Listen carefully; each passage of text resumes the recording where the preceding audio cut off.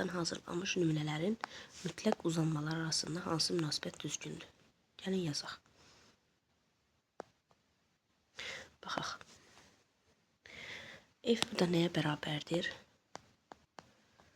K delta ilə. K'nın yerinə də nə yaza bilərik? SY bölünsün L0 vurulsun delta L. Düzdürmü? Baxın, eyni materialdan hazırlanıb və hər ikisinə F qüvvəsi tətbiq olunur. Ona görə F sabitdir. Eyni materialdan hazırlanıblar deyə burada Y də sabitdir. İndi gəlin buradan biz delta L tapaq. Olacaq F vurulsun L0 nəyə bərabərdir? SY vurulsun delta L. Onda delta L nəyə bərabərdir? F vurulsun L0 bölünsün SY-yə. Eyni materialdan hazırlanıblar. Y də eynidir, F də eynidir. Onda delta L L0 bölünsün S qəbul edirik də. Yəni L0 ilə düz, S ilə tərs asıdır.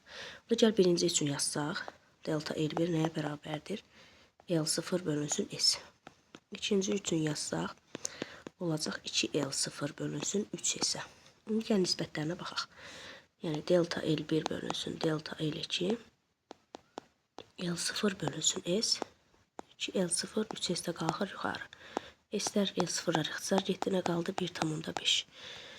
Deməli, delta L1 böl delta L2 1,5-dir. Onda delta L1 nədir? 1,5 delta L2-yə bərabərdir. Da eləyir C variantı. Diametrləri eyni olan alüminium məftillərdən yüklər asılmışdır. Birinci məftilin nisbi uzanması 0,2 olarsa, ikinci məftilin nisbi uzanması məndən soruşur. Hər ikisinin aşağıya doğru ağırlıq qüvvəsi var, MŞ-dir. Digərində isə 2 MŞ-dir, düzdürmü? Deyir ki, indi diametrləri eynidir. Yəni D1 D2-yə bərabərdir. Onda yəni yazaq belə. F nəyə bərabərdir? K delta ilə. K'nın yerinə də yazsaq SY bölünsün L0 vurulsun delta L. Delta L bölü L0 da mənə nəyi verir? Epsilonu verir, yəni nisbi uzanmanı. Yəni onda mənim ifadəm olacaq F bərabərdir SY vur epsilon. Düzdürmü? Baxın, bu F-in yerinə də nə yaza bilərik? MJ bərabərdir SY vurulsun epsilon. S-in yerinə pi-də kvadratı böl 4 yazsaq, vurulsun Y vurulsun epsilon. İndi bax, nə deyir? Eyni alüminium olduğuna görə yəni Y-lər eynidir. Diametrlər də eynidir. Onda M, J onsuz da eynidir. Onda M epsilondan necə asılıdır? Düz mütənasib asılıdır. Onda belə yazaq. M1 bölü M2 epsilon 1 bölü epsilon 2. M1 M'dir, M2 2 M'dir. Epsilon 1 0,100'də 2-dirsə, epsilon 2-ni məndən soruşur. M-ləri ixtisar apardım. Onda buradan epsilon 2 nəyə bərabər olur? 0,4'ə.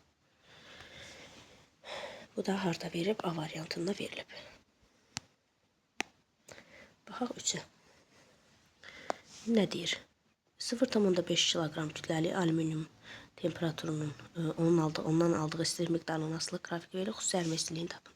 Baxın, temperatur harda dəyişmirsə, bax, temperatur görsünüz dəyişmir. Bu zaman nə olur? Ərimə prosesi baş verir. Temperatur dəyişmir. Onda bax, bu əridiyi temperaturu istilik miqdarını tapsaq, 480-dən çıxmalıyıq 290-ı. Bu da bizə verir 190. Onda Q nəyə bərabərdir? Lambda vurulsun M-ə. Məndən də lambdamı soruşur. Lambda nəyə bərabərdir? Q bölünsün M-ə. Yəni 190 bölünsün. Kütlədə 0,5 olmalıdır. Bu da mənə nəyi verir? 380. Kilojol bölünsün. Kiloqram cavab olur D variantı. İndi baxaq 4-ə. Hansı ifadələr düzgündür? Metallik, atom, ion və molekulyar kristal qəfəslər mövcuddur. Bəli. 4 dənə kristal qəfəs mövcuddur. Monokristallar anizotrop olur və anizotroplar müəyyən ərimə temperaturuna malik olurlar. Cavab 1, 3 və 5-dir. İndi baxaq. Sudur, soyudulub nəyə çevrilir? Buza çevrilir. Birinci burada suyun temperaturu nə olur? Azalır, azalır. B hissədə artıq donma prosesi baş verir. C hissə tamamilə buz halıdır. İndi gəl uyğunlaşdıraq bunları. İndi baxaq. A, B hissədə nə var? A, B hissədə yalnız su var. Bir getdi bura.